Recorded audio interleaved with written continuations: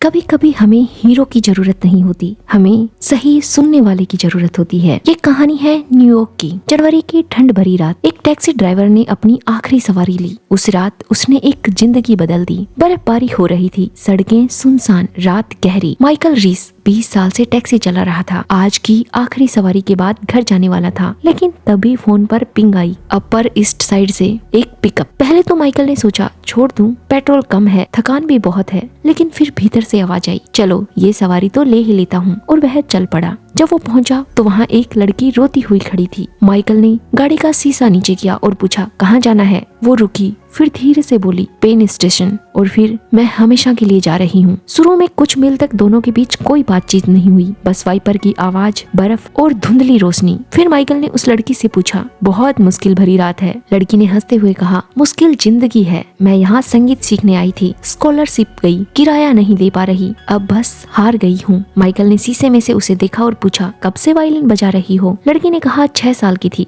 तब शुरू किया था। माइकल ने फिर पूछा, तो फिर खत्म कैसे हुआ? शायद ये सिर्फ अंतराल है। लड़की मुस्कुराई, उसकी आंखें भर आई थी। आप बिल्कुल मेरे पापा जैसे लगते हैं, वो भी मुझे हर बार बस यही कहते थे जाने से पहले। माइकल ने सिर हिलाया, तो शायद उन्होंने तुम्हारे लिए सही ड्राइवर भेज दिया है। एक रेड लाइट पर गाड़ी रुकती है। लड़की ने अपना वायलिन निकाला। माइकल ने कहा, मुझे एक धुन सुनाओगी? और वहीं टैक्सी की पिछली सीट पर उसने एवे मारिया बजाया। वायलिन की आवाज ने पूरी गाड़ी को मधुर संगीत में भर दिया। जब लड़की ने वायलिन बजाना खत्म किया तो गाड़ी के अंदर एक पवित्र सन्नाटा छा गया। स्टेशन के पास माइकल ने गाड़ी रोकी, आंखें पोंछी और जेब में जो भी था पूरे दिन की कमाई निकालकर $180 लड़की के हाथ में रख दिए। कुछ और दिन ले लो अपने लिए, अभी गाना अधूरा मत छोड़ो, एक दिन तुम्हारा समय जरूर बदलेगा। लड़की ने बहुत मना किया, लेकिन माइकल ने जोर दिया और कहा, रख लो। मुस्कुराते हुए बोला, एक दिन तुम कार्नेगी हॉल में बजाओगी, मैं तभी भी टैक्सी चला रहा हूँगा और रेडियो पर तुम्हें सुनते हुए। लड़की थोड़ी सी मुस्कुराई और उसने वो पैसे रख लिए। उस रात वो पहली बार हंसी थी। दोनों ने एक दूसरे को अपना नाम बताया, फिर वो बर्फ में कहीं गायब हो गई।